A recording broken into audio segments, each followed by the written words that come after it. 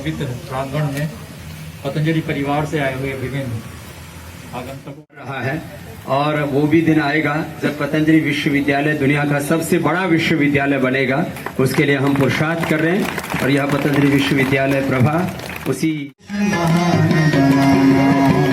जन में योग का दीप जलाकर राष्ट्र निरोग बनाना है, देश महान बनाना है, देश महान बनाना।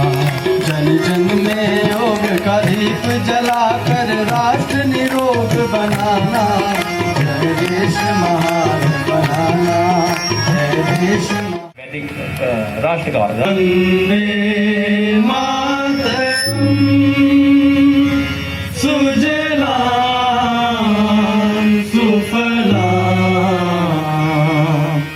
मलयजशीतलां शुभ्र ज्योत्स्ना पुलकित यामिनी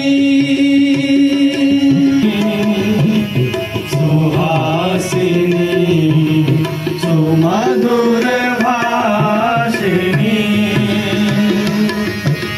सुखदां वरदां मातरं वन्दे। हम लोकल को ग्लोबल बनाने में और लोकल के लिए पूरे देश को वोकल होने में हम प्रेरित कर रहे हैं। और जहां तक आईपीएल का प्रश्न है, हमारे सामने बहुत तरफ से ये बात आई कि अब चाइना का कब्जा इस देश से हटना चाहिए। चाइनीज कंपनी आईपीएल आदि को स्पॉन्सर करती थी, तो अभी भी इस देश में टाटा से लेकर के बिरला से लेकर के और तमाम तरह की बड़ी बड़ी कंपनियां हैं। लेकिन यदि ये बड़ी कंपनियां यदि हाथ खींच लेती हैं तो फिर पतंजलि तो हर तरह से देश का साथ देने के लिए तैयार है। ठीक है आचार्य जी। आज़ादी का दिन है। ये लगता है कि जो आज़ादी मिली है हम लोग को पूरी तरह से आज़ाद हो पाया। राजनीतिक रूप से तो हम आजाद हो गए, लेकिन आजादी की 74वीं स्वतंत्रता दिवस की वर्षगांठ मनाते हुए भी हमें कहते हुए अफसोस है कि आर्थिक रूप से, सांस्कृतिक और वैचारिक रूप से अभी भी हम पराधीनता की गुलामी की बेड़ियों में जकड़े हुए हैं। लगभग 50 लाख करोड़ रुपए की अर्थव्यवस्था पर विदेशी कंपनियों का कब्जा है। आज स्वतंत्र भारत में भी 1835 में जो लॉर्ड मैकाले पाप करके गया, इंडियन एजुकेशन एक्ट बना करके उसने भारत की अध्यात्म पर आधारित शिक्षा व्यवस्था को ध्वस्त कर दिया था। वही ढांचागत रूप से शिक्षा व्यवस्था इस देश में अभी भी कायम है। हमें भारतीय शिक्षा व्यवस्था को पुनः कायम करना पड़ेगा। भारतीय शिक्षा बोर्ड के माध्यम से और जो नई शिक्षा नीति है उसके माध्यम से इस दिशा में हमें आगे बढ़ना होगा। भाषा की दृष्टि से भी आज गुलाम है। अपनी राष्ट्रभाषा का, अपनी मातृभाषा का गौरव हमारे हृदय में उतना नहीं है जितनी अंग्रेजी भाषा का गौरव। खेतों में आज हम फर्टिलाइजर्स, पेस्टिसाइड डाल रहे हैं, खेत गुलामी के शिकार है। हम चिकित्सा में भी विदेशी चिकित्सा की गुलामी के शिकार हैं।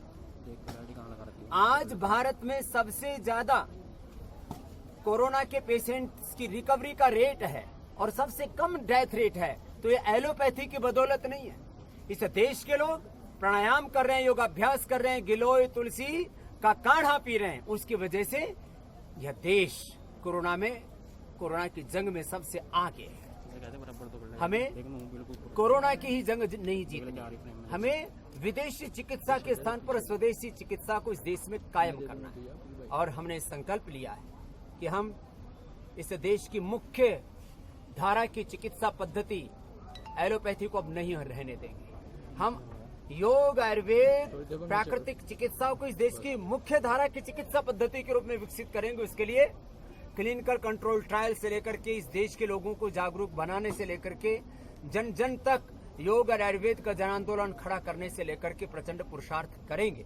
और शिक्षा की गुलामी, चिकित्सा की गुलामी, भाषा की गुलामी, वेशभूषा की गुलामी, जो आर्थिक और वैचारिक सांस्कृतिक गुलामी की बेड़ियों में देश जकड़ा हुआ है, इसको हम उभारेंगे। यह आज 74वें स्वतंत्रता दिवस पर हमारा संकल्प है और हम सब देशवासियों से आह्वान करते हैं, आइए हम सब मिलकर के इस स्वतंत्र स्वाधीन भारत को पूरी तरह से आजाद बनाने के लिए और सारी दास्ता की बेड़ियों को काटने के लिए हम प्रचंड पुरुषार्थ करें। गुरुजी, रूस ने जो वैक्सीन बनाई है कोरोना वायरस की, उसको किस नज़र से देखते हैं? जो भी दुनिया में वैक्सीन बनेगी, पहले तो उस वैक्सीन का असर कितने दिन तक रहेगा, 3 महीना, 6 महीना, साल भर, कितने दिन तक वो हमारी इम्यूनिटी को बूस्ट करके रखेगी। क्योंकि जो भी वैक्सीन बनेगी वो इम्यूनिटी बढ़ाने के लिए है, कि जिससे कि हम कोरोना से लड़ सकें। ये अभी 1-2 साल पहले कोई भी नहीं कह सकता। और यदि कोई कहता है कि हमने ऐसी एलोपैथी में कोई दवा बना ली है, वैक्सीन बना ली है, जिससे कि जिंदगी भर के लिए आदमी की इम्यूनिटी बढ़ जाएगी, तो ये धोखा है। दूसरी बात, हमने जो स्वासारी और कोरोनिल बनाया, उससे लोगों की इम्यूनिटी बढ़ रही है। लाखों लोग 3 से 5 दिन के अंदर ही उससे कोरोना से नेगेटिव आ रहे हैं, पॉजिटिव से। ये कितनी बड़ी बात है। और उसका कोई साइड इफेक्ट नहीं है।